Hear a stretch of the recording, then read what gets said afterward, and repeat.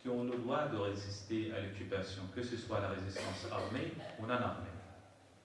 Les Palestiniens, je pense, ont su accompagner les deux, comme tous les mouvements de libération. Il y avait, à ce que je rappelle, à ce que j'ai lu, aucun mouvement de libération d'une occupation non violente. Il y avait soit armé, soit accompagné en violence. Comme le mouvement d'ailleurs en Inde, comme le mouvement en Afrique du Sud, comme au Vietnam, les négociateurs accompagnés de résistance armée. Donc bien sûr, ça c'est ce que j'ai présenté, c'est ce que j'ai sorti des caricatures de Najil Ali. Je n'essayais pas de mettre ce que je pense directement, dans un sens. Ce que j'ai soustrait de toutes les caricatures que j'ai trouvées et ces personnages qui sont existants. Mais en fait, les deux personnages-là, Hamdoul et Dahdoul, sont des personnages composés.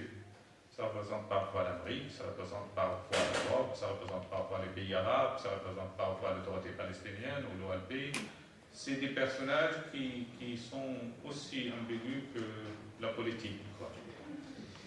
Et cet acharnement à l'Amérique, je pense, de Najil Ali, parce que c'est eux qui dictent la loi, même sur l'Europe. Malheureusement, l'Europe est toujours dans les jupes des États-Unis et n'a pas une position forte et claire sur tout ce qui se passe. Et toujours essaye d'être en complicité sur la même ligne, bien qu'elles sont la source de nos problèmes aussi. Hein. Le partage des pays du Cham, la Grande Syrie, Petit Bantoustan aussi. Le Liban, la Syrie, la Jordanie, l'Irak, etc.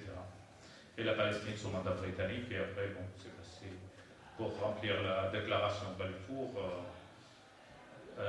pour les Israéliens.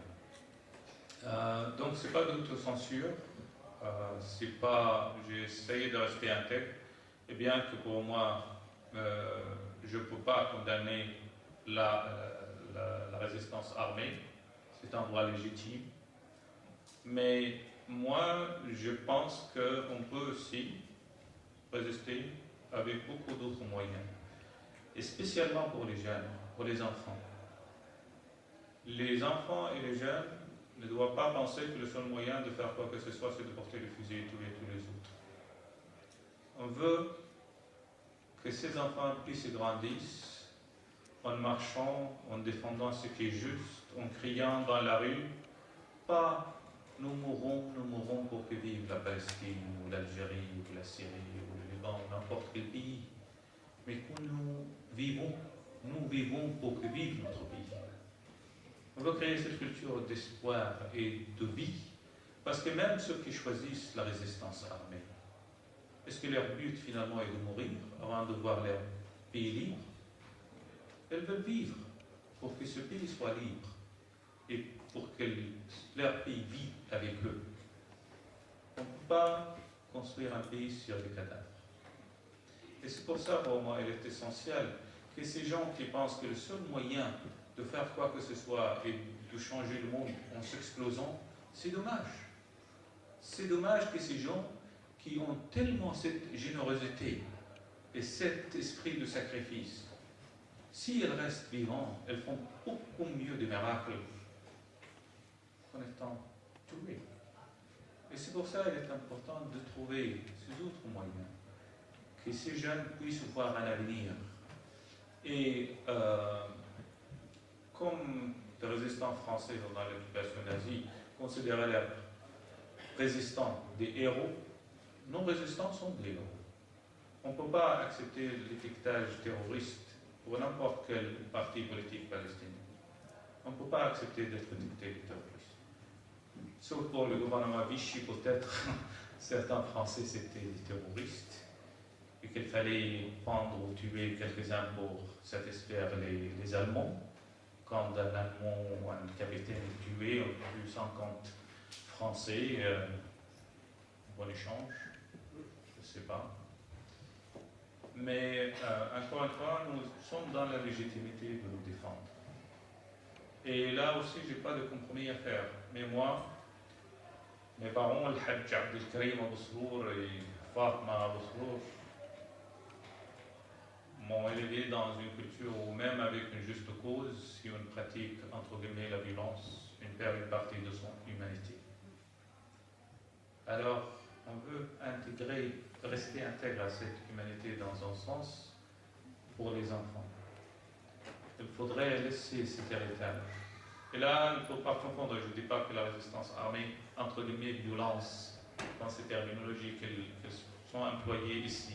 Comme la non-violence n'est pas la non-violence dans nos terminologies, parce qu'en Palestine, le terme non-violence, c'est nouveau. C'est une vingtaine d'années peut-être, c'est venu avec le donateur. Nous, on parle de non-violence comme résistance populaire ou non-armée. Mais la terminologie non-violence, parce que pour nous, on ne considère pas la résistance violente, dans un sens. Ce n'est pas une violence domicile, qu'on frappe son voisin, etc. C'est un acte légitime de résistance et de défense, d'autodéfense. Mais quand les donateurs sont venus en parlant de non-violence, c'était toujours dans cet esprit négatif et passif. La non-violence, c'était qu'un Palestinien travaille avec un Israélien, voilà, on va fleurir la paix, qui n'est jamais venu, bien sûr. Tous ces projets où il y avait des millions qui étaient dépensés pour faire qu'il y a des Palestiniens et des Israéliens travaillent, aucun résultat jusqu'à maintenant qui a vu le succès. Et c'est vrai qu'il y a en Israël certains Israéliens qui travaillent pour la Palestine mieux que certains Palestiniens et certains Arabes. Mais il y en a. Mais pour moi, leur rôle n'est pas à côté de moi. Leur rôle n'est pas faire une bonne photo et qu'il y a ces enfants palestiniens, ces enfants israéliens qui viennent en France ou aux États-Unis faire des danses ensemble ou des théâtres ou un concert. Et puis on les met comme des singes de cirque sur la scène. On serre la main, alléluia, on a fait la paix. Après chacun rentre chez lui. Et personne ne voit personne. Pour moi, ces Israéliens ont leur rôle dans leur communauté, comme mon rôle est dans ma communauté pour essayer de construire cette paix en nous. Leur rôle aussi est de construire leur paix chez eux. Leur rôle que le musulman et chrétien et juif qui habitent en Palestine 48 ont des mêmes droits. Leur rôle est que ce gouvernement de partage tombe, que ce mur illégal disparaît. Ces colonies illégales disparaissent. Ces checkpoints illégaux disparaissent. Au moment où on est à pied d'égalité et qu'elle ne vient pas, encore une fois, comme le maire ou le cousin d'un violeur pour me tenir la main pendant l'acte de viol et dire on sent ce que tu sens, ou ta peine, mais il faudrait être patient. Non, je ne veux pas ça. Je veux qu'elle enlève ce violeur, qu'elle le débarrasse. Et quand on est à cette pied d'égalité, j'espère qu'on peut construire cet État où musulmans, chrétiens, juifs peuvent être des citoyens à part égale. Mais on n'a pas besoin d'hypocrisie, de complicité avec l'injustice. Et c'est pour ça qu'on ne fait pas de travail avec des Israéliens, on boycotte. Parce qu'on ne peut pas normaliser avec l'occupation. Tout simplement, bien qu'il y ait des merveilleux Israéliens qui font la paix, comme j'ai dit. Mais il faudrait que ces gens fassent la paix chez eux comme on essaie de faire la paix chez nous. On nous.